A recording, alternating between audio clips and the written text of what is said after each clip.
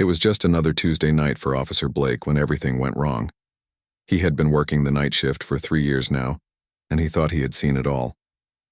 But this night was different. This night would change his life forever. 3.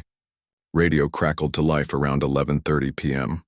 Blake was sitting in his patrol car, finishing his coffee and watching the quiet streets. The voice on the radio sounded urgent. There had been 3 robberies in the downtown area that evening. All of them followed the same pattern. 2 big guys in dark clothes working together, hitting expensive targets. Blake felt his heart rate pick up as he listened to the description. The suspects were still out there somewhere. Every officer in the city was looking for them. The whole police force was on high alert. Nobody wanted these criminals to strike again. Then came the call that would change everything. A concerned citizen had spotted suspicious activity at the Grand Plaza Hotel parking garage. 2 large men in dark clothing were seen moving around expensive cars. They were talking quietly and acting strange. The caller was worried they might be planning another robbery. Blake was only a few blocks away from the hotel. He grabbed his radio and told dispatch he would respond to the call. His hands were already shaking with adrenaline. This could be it. This could be the break they needed to catch these criminals. As he drove toward the hotel, Blake's mind raced. He thought about his training. He thought about the robberies. He thought about keeping the community safe. That was his job. That was what he had sworn to do when he became a police officer 5 years ago. The Grand Plaza Hotel was one of the fanciest places in the city. Rich people stayed there. Celebrities sometimes visited. It had an underground parking garage that was dimly lit and full of expensive cars. If someone wanted to rob people, it would be the perfect place. Blake parked his patrol car and walked carefully toward the parking garage. He could hear voices echoing off the concrete walls, 2 deep male voices talking quietly. His training kicked in. He moved slowly, staying in the shadows, trying to get a better look at what was happening. The parking garage was darker than usual. Half the lights seemed to be broken or turned off. Blake could see 2 large figures near some expensive cars. They were big men, just like the witness reports from the earlier robberies. They wore dark clothes, just like the criminals everyone was looking for. Blake's heart pounded in his chest. This had to be them. The timing was too perfect. The description matched exactly. 2 big guys in dark clothes around expensive cars, late at night. What else could it be? He reached for his radio to call for backup, but then he heard something that made him freeze. One of the men was reaching into his jacket. Blake had been trained that this was one of the most dangerous moments for any police officer. Someone reaching into their jacket could be going for a weapon. All of Blake's training told him to act fast. In situations like this, hesitation could mean the difference between going home safe or not going home at all. He had practiced this scenario dozens of times at the police academy. The instructor's words echoed in his head. Better to be safe than sorry. Blake stepped out of the shadows with his weapon drawn. His voice was strong and clear as he shouted the commands he had practiced so many times. Police, don't move. Put your hands where I can see them right now. The 2 figures froze immediately. They slowly raised their hands in the air. Blake could see they were indeed very large men, much bigger than him. In the dim light of the parking garage, they looked exactly like the suspects everyone had been searching for all evening. Turn around slowly, Blake commanded, his voice steady despite his racing heart. Keep your hands visible at all times. The men did exactly as they were told. They moved slowly and carefully. Blake noticed they seemed calm, which struck him as odd. Most criminals would be more nervous when caught. But adrenaline was pumping through his system, and he didn't have time to think about small details like that. Blake called for backup on his radio while keeping his eyes on the 2 suspects. This is Unit 247. I have 2 suspects matching the robbery description at the Grand Plaza Hotel parking garage. Request immediate backup. The response came quickly. Multiple units were on their way. Blake felt a mix of relief and pride. He had found the criminals everyone was looking for. He had done his job. The community would be safer because of his actions tonight. But as he waited for backup to arrive, something nagged at him. The two men were being too cooperative, too calm. Most criminals would be trying to run or argue or make excuses. These guys just stood there with their hands up, waiting patiently. One of them even spoke politely. "Officer, I think there might be some confusion here." The voice was familiar, somehow, but Blake couldn't place it. The lighting was too poor to see faces clearly. All he could make out were two large silhouettes with their hands raised. "Stay quiet," Blake ordered. "You'll have plenty of time to talk when backup gets here." Minutes felt like hours as Blake waited. He could hear sirens in the distance, getting closer. Soon the parking garage would be full of police officers, and they could sort this whole thing out properly. He had done everything by the book. He had followed his training perfectly. The first backup unit arrived with lights flashing, then another. Soon there were 4 police cars in the parking garage, their red and blue lights bouncing off the concrete walls and creating strange shadows everywhere. Blake's sergeant stepped out of one of the cars. Officer Rodriguez had been on the force for 15 years and had seen everything. He was someone Blake respected and looked up to. Having him there made Blake feel more confident about the situation. "What do we have here, Blake?" Sergeant Rodriguez asked as he approached. "2 suspects matching the robbery description, sir," Blake replied. "Found them acting suspicious around these expensive cars. They were reaching into their clothing when I arrived." Sergeant Rodriguez nodded and walked closer to get a better look at the suspects. The bright police lights were finally illuminating the area properly. For the first time all night, everyone could see clearly. That's when everything changed. Sergeant Rodriguez stopped walking. His eyes went wide. His mouth fell open slightly.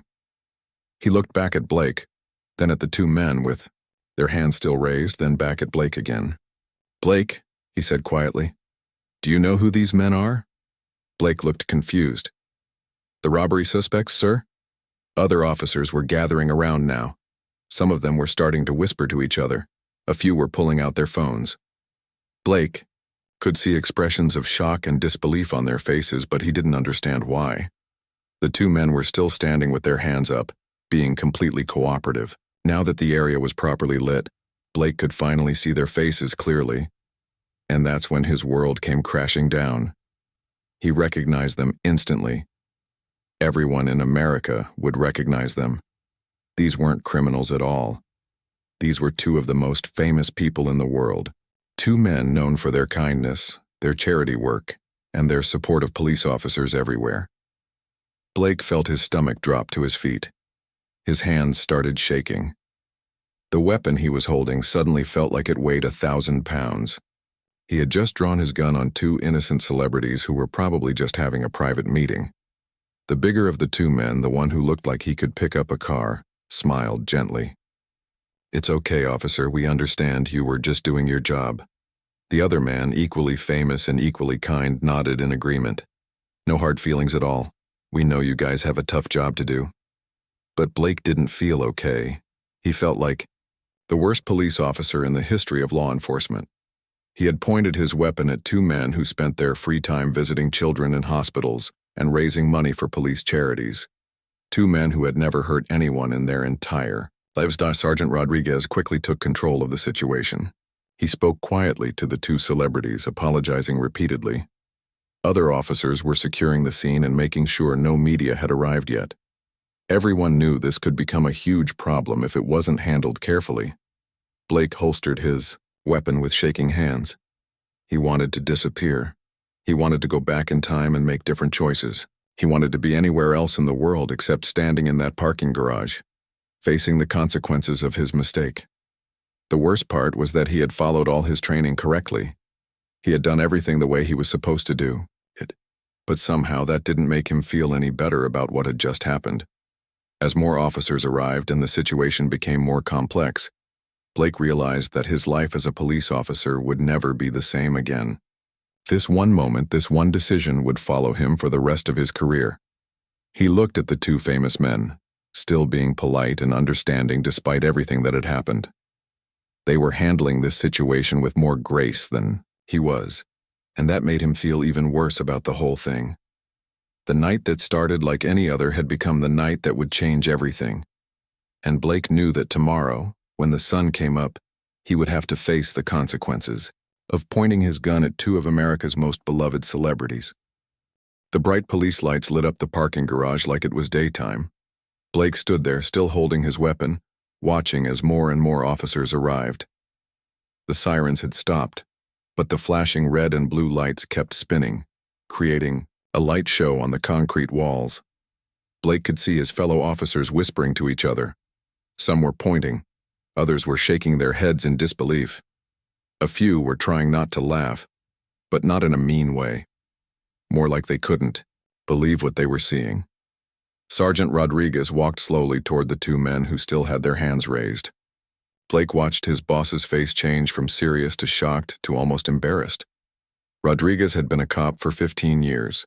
He had arrested drug dealers, bank robbers, and all kinds of dangerous criminals. But Blake had never seen him look so uncomfortable. "Gentlemen," Rodriguez said quietly, "I am so sorry about this confusion.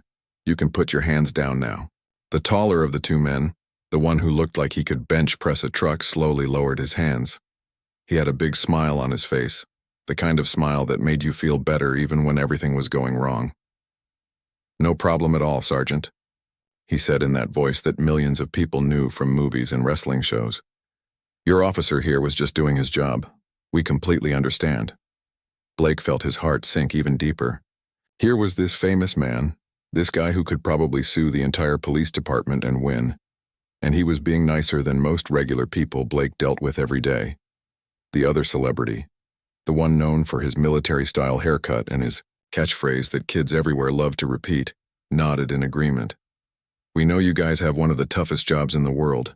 No hard feelings whatsoever." Blake wanted to crawl into a hole and disappear. These weren't just any celebrities. These were the good guys, the ones who visited sick kids in hospitals, the ones who granted wishes for children with serious illnesses, the ones who supported military families and police officers. Officer Chen, who had arrived in the second backup car, walked over to Blake.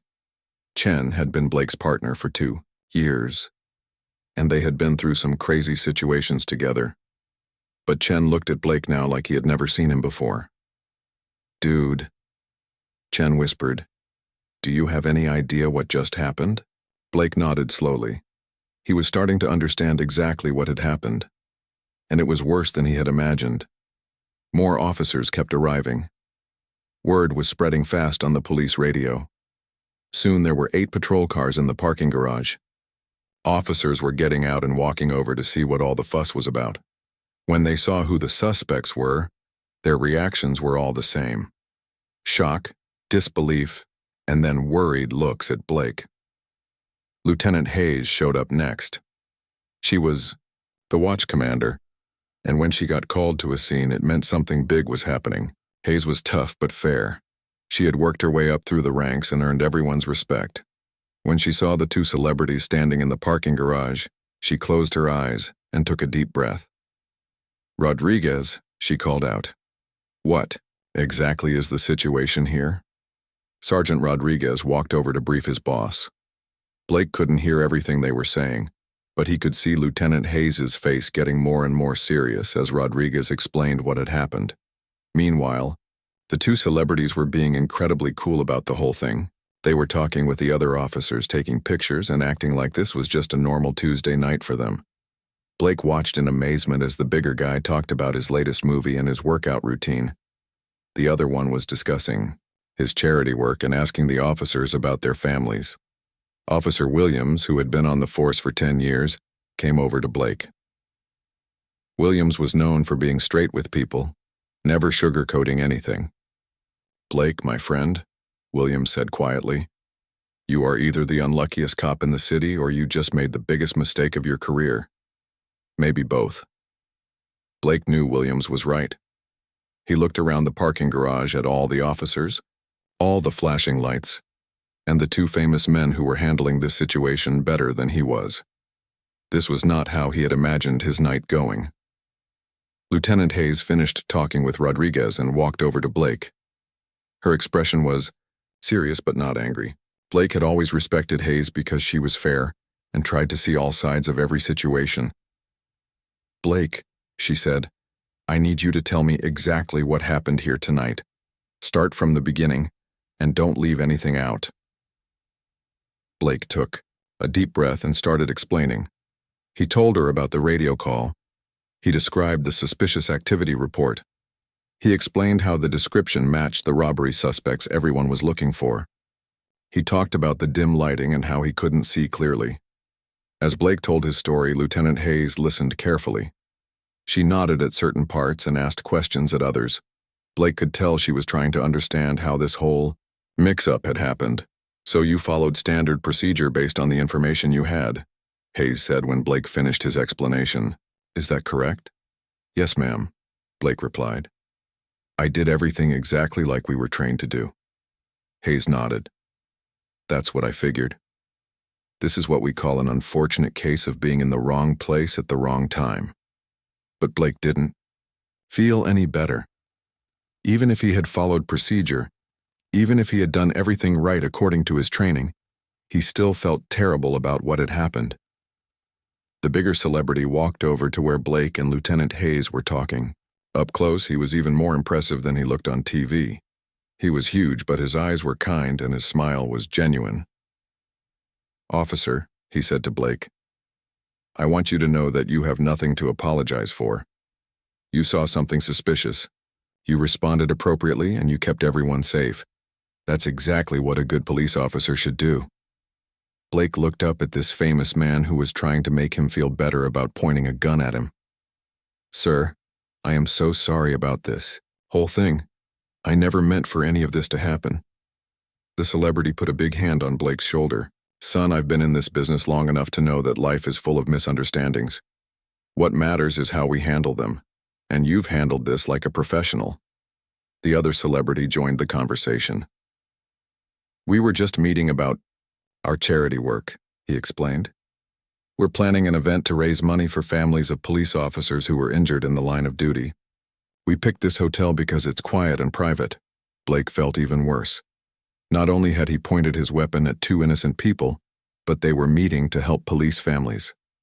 They were literally doing something good for people like him.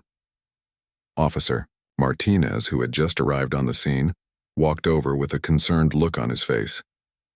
"Lieutenant, we might have a problem. There's a news van pulling into the hotel parking lot."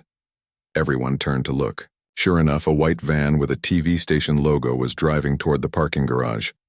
Someone must have heard about what was happening on the police scanner. Lieutenant Hayes moved quickly. "Everyone needs to stay calm. Rodriguez, get some officers to secure the area. Chen, move those patrol cars to block the entrance. We need to handle this carefully." The two celebrities looked at each other, and then at Lieutenant Hayes. The taller one spoke first. "Lieutenant, we don't want this to become a big media circus. That's not good for anyone, especially not for Officer Blake here." His friend nodded in agreement. "We're not going to file any complaints. This was just a misunderstanding. We'd prefer if this whole thing just went away quietly." Blake couldn't believe what he was hearing. These two men had every right to be angry. They could have called their lawyers. They could have demanded his badge. Instead, they were trying to protect him from getting in trouble. But the news van was getting closer, and Blake knew that once the reporters got involved, there was no telling how big this story might become. He could already imagine the headlines. "Police officer points gun at beloved celebrities." His career would be over before it really began. Officer Thompson, who was working the perimeter, jogged over to the group. "Lieutenant, there are more news vans coming. Looks like word is spreading fast." The two celebrities exchanged another look. Then the bigger one made a decision that surprised everyone. "You know what?" he said with a grin. "Let's turn this into something positive. We'll talk to the reporters, but we'll make sure they understand that Officer Blake was doing his job exactly right. We'll use this as an opportunity to talk about how hard police work is and how much we respect law enforcement." His friend smiled and nodded. "Great idea. We can turn this whole mix-up into a teaching moment. Show people that cops and citizens can work together even when things don't go as planned." Lieutenant Hayes looked relieved. "Gentlemen, I can't tell you how much we appreciate your understanding and cooperation." Blake watched in amazement as these two celebrities, who had every reason to be upset, were instead figuring out ways to help him and the police department. He had never seen anything like it in his 5 years as a cop. The news reporters were setting up their cameras and getting ready to film. Blake knew that in a few minutes this story would be on the evening news. By tomorrow it would probably be all over the internet. But instead of feeling scared, Blake was starting to feel something else. He was feeling grateful. Grateful that he had encountered two people who understood that everyone makes mistakes, and that what really matters is how you handle those mistakes. As the reporters got ready to start filming, Blake realized that this night, which had started as the worst of his career, might actually turn out to be one of the most important lessons he would ever learn about being both a police officer and a human being. The news cameras were rolling, and Blake felt like the whole world was watching. 3 different TV stations had shown up in less than 20 minutes. Reporters were asking questions, cameramen were getting the best angles, and everyone wanted to know what had happened in that parking garage. Blake stood off to the side, watching as the 2 celebrities talked to the reporters. They were handling the questions like pros, which made sense since they dealt with media attention every day. But what amazed Blake was how they kept steering the conversation away from what he had done wrong. Officer Blake responded exactly as he should have, the taller celebrity said into the microphone. He saw what looked like suspicious activity, and he acted to protect the community. That's what good police officers do every single day. The reporter tried to push for more drama. But weren't you scared when you saw the gun pointed at you? The other celebrity stepped in smoothly. We understood immediately that this was a professional doing his job. Police officers make split-second decisions to keep all of us safe. We have nothing but respect for that. Blake watched in amazement. These guys were better at handling this situation than most politicians he had seen on TV. They were taking what could have been a disaster for his career and turning it into something positive. Lieutenant Hayes came over to where Blake was standing. "How are you holding up?" she asked quietly. Blake shrugged. "I've been better, Lieutenant. I keep thinking about what could have happened. What if they hadn't been so understanding? What if they had reacted differently?" "But they didn't," Hayes replied. "And that tells you something about the kind of people they are. Not everyone would handle this situation with such class." As the news interview continued, Blake noticed that more people were starting to gather. Hotel guests were coming down to see what all the commotion was about. Some were taking pictures with their phones. Others were just standing around watching the whole scene unfold. Officer Chen walked over to Blake. "Dude, you're going to be famous," he said with a grin. "This story is going to be everywhere tomorrow." Blake didn't find that thought very comforting. Famous for pointing my gun at innocent people. That's not the kind of fame I want. "Are you kidding me?" Chen replied. "Look at how they're talking about you on TV. They're making you sound like a hero. You couldn't have asked for better PR?" Blake looked back at the news cameras. Chen was right. The celebrities were still praising his professionalism and talking about how difficult police work was. They were turning his mistake into a lesson about law enforcement. But Blake still felt terrible inside. No matter how nicely they were handling it, he had still done something that could have gone very wrong. He had pointed his weapon at 2 people who were just trying to help others. Sergeant Rodriguez appeared beside them. "Blake, we need to talk about what happens next." Blake's stomach tightened. "Am I in trouble, Sergeant?" Rodriguez looked thoughtful. "Well, that depends on how the department decides to handle this. Technically, you followed proper procedure. You responded to a call about suspicious activity, you assessed the situation, and you acted according to your training. But," Blake could hear there was more coming, "but pointing a weapon at 2 of the most famous people in America is going to require some paperwork, and probably an investigation. That's just how these things work." Blake nodded. He had expected as much. Even though the celebrities weren't filing any complaints, the department would still need to review what had happened. The news interviews were wrapping up, and the reporters were getting ready to leave. As the cameras stopped rolling, both celebrities walked over to where Blake was standing with his supervisors. "Officer Blake," the bigger one said, "we wanted to talk to you before we left." Blake straightened up. "Yes, sir. We meant what we said to those reporters. You did nothing wrong tonight.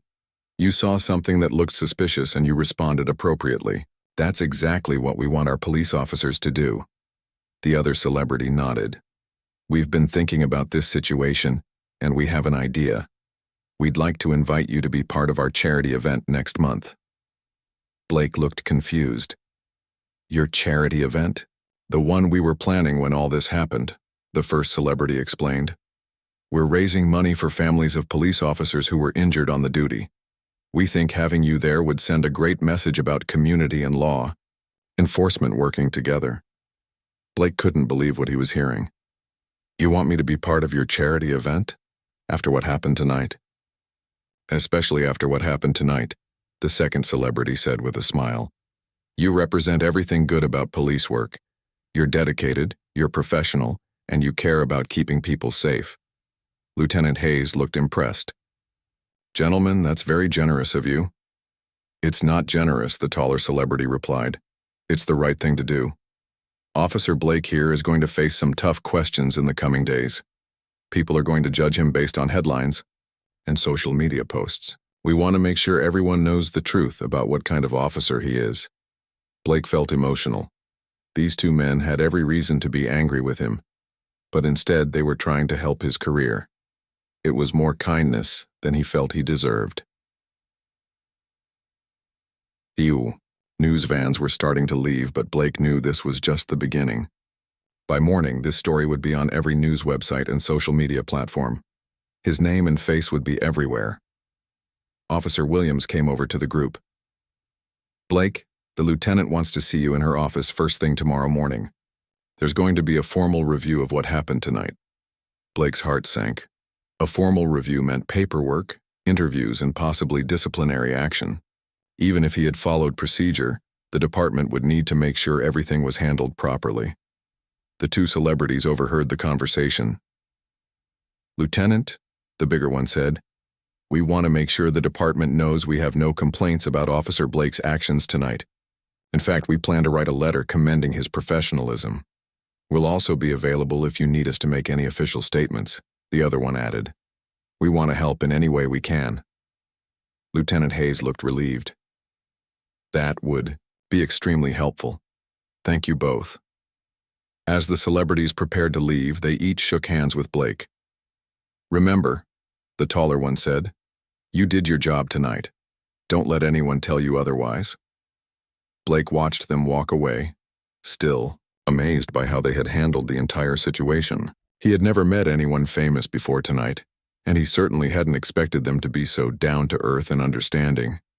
But as the parking garage emptied out and the normal quiet of the night returned, Blake started to worry about what would happen next. The investigation was just the beginning. Soon there would be reporters calling his house, people commenting on social media, and everyone in the city would have an opinion about what he had done. Sergeant Rodriguez patted Blake on the shoulder. You should go home and get some rest.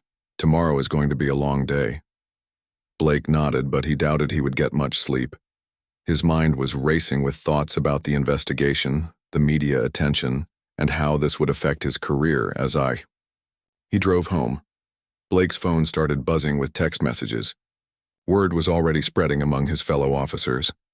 Some were supportive, others were curious, and a few were making jokes about his celebrity arrest. Blake's wife was waiting up for him when he got home.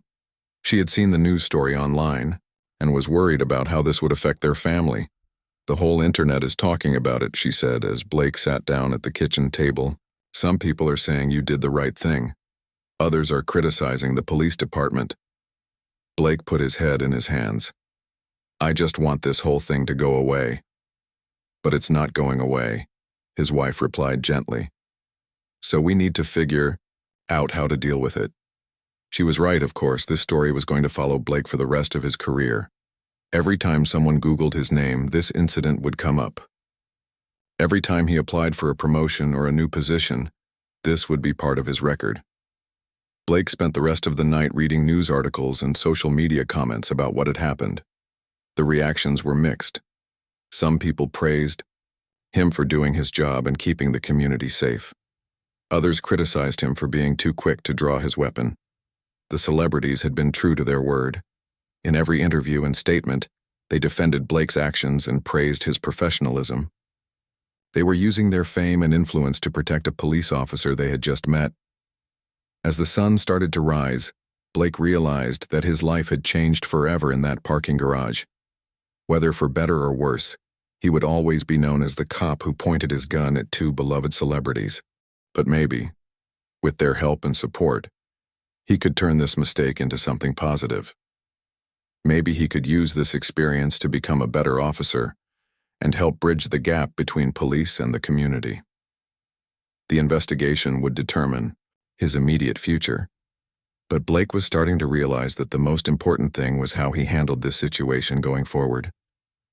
Just like the celebrities had shown him, it wasn't about avoiding mistakes, it was about how you dealt with them when they happened.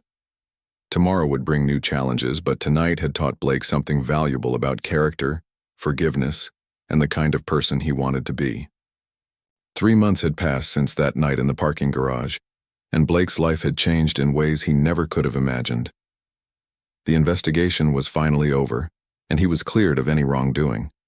The department had determined that he followed proper procedures based on the information he had at the time. But the real changes in Blake's life went far beyond the official investigation. The story had indeed gone viral, just like Officer Chen had predicted. For weeks, Blake's face was on news websites, social media, and even late-night talk shows. The incident had become a talking point about police work, celebrity culture, and how people handle difficult situations. What surprised Blake most was how positive most of the attention had been.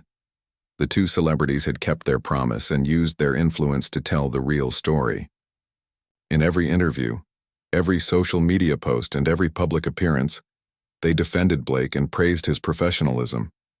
The bigger celebrity had even invited Blake to appear on a popular morning talk show with him.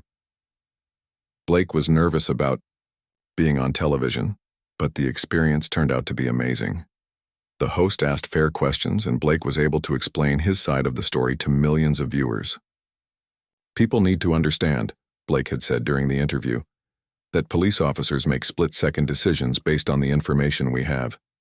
Sometimes we get it wrong, but we're always trying to keep everyone safe." The celebrity had backed him up completely.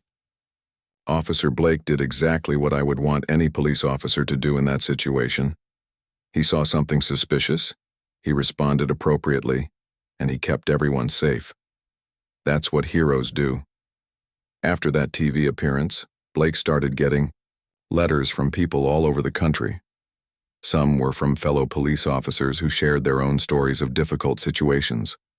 Others were from regular citizens who thanked him for his service and dedication. But the letter that meant the most to Blake came from a 10-year-old girl whose father was a police officer in another state. She wrote, "Dear Officer Blake, my daddy says you're a good cop because you were trying to keep people safe. I think you're brave. Thank you for protecting everyone." Blake kept that letter on his desk at work. Whenever he had a bad day or felt discouraged, he would read it and remember why he became a police officer in the first place. The charity event that the celebrities had invited him to was a huge success. Blake wasn't sure what to expect when he arrived at the fancy hotel ballroom. There were hundreds of people there, including other celebrities, business leaders, and families of police officers who had been injured on the job. Blake was amazed when he was introduced to the crowd. People stood up and applauded for almost a minute. He felt embarrassed by all the attention, but also proud that he could be part of something so positive. During the event, Blake met families who had been helped by the charity. He talked to the wife of an officer who had been shot during a traffic stop. He met children whose fathers and mothers had been hurt while protecting their communities. These conversations reminded Blake why police work was so important, even when it was dangerous and difficult. The charity raised over $2 million that night. Blake couldn't believe that his mistake in the parking garage had somehow led to all this good being done for police families. But the biggest change in Blake's life came when the celebrities asked him to help start a new program. They wanted to create training workshops where police officers and community members could meet and talk about their experiences. "We think you're the perfect person to lead this," the taller celebrity told Blake. "You understand both sides now. You know what it's like to be a police officer making tough decisions, and you've seen how important it is for cops and citizens to understand each other. Blake wasn't sure he was qualified to lead such an important program, but Lieutenant Hayes encouraged him to try. "You've become a symbol of how police officers and the community can work together," she told him. "Use that to make a real difference." The first workshop was held at the community center downtown.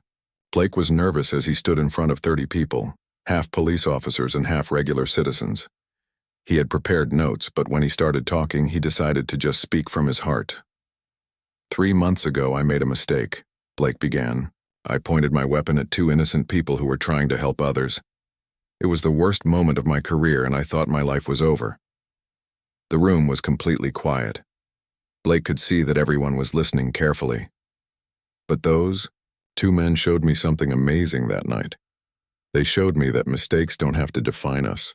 What matters is how we handle those mistakes and what we learn from them." Blake went on to talk about the importance of communication between police and citizens. He explained how fear and misunderstanding on both sides could lead to problems. But he also talked about how those same problems could be solved when people were willing to listen to each other. The workshop was such a success that they started holding them every month. Blake would share his story, and then police officers and community members would break into small groups to talk about their experiences and concerns. Blake met a lot of interesting people through these workshops. There was Mrs. Patterson, an elderly woman who had been afraid of police since a bad experience 20 years ago. After talking with Blake and other officers, she started volunteering to help with community policing programs. There was also Tony, a young man who had always wanted to be a police officer but was worried about making mistakes like Blake had. Blake became his mentor and helped him through the police academy application process. The workshops grew bigger and bigger. Soon they were being held in other cities. Blake started traveling around the country, sharing his story and helping other communities start their own dialogue programs. The 2 celebrities continued to support Blake's work. They would show up at workshops sometimes, always praising Blake's dedication and helping to raise money for the programs. "You've turned your worst moment into your greatest strength," one of them told Blake after a particularly successful workshop in Chicago. "That's what real character looks like." Blake's relationship with his fellow officers also changed after the incident. At first, some of them had made jokes about his celebrity arrest, but as they saw how Blake handled the situation and used it to help the community, their respect for him grew. Sergeant Rodriguez recommended Blake for a promotion to detective. "He's shown that he can handle pressure and turn negatives into positives," Rodriguez wrote in his evaluation. "That's exactly the kind of leadership we need in this department." Blake's wife was amazed by how their lives had changed. "A year ago, you were just another patrol officer," she told him. "Now you're helping police departments all over the country improve their relationships with their communities." Blake still couldn't believe it sometimes. He would wake up in the morning and remember that night in the parking garage, and it would feel like a dream.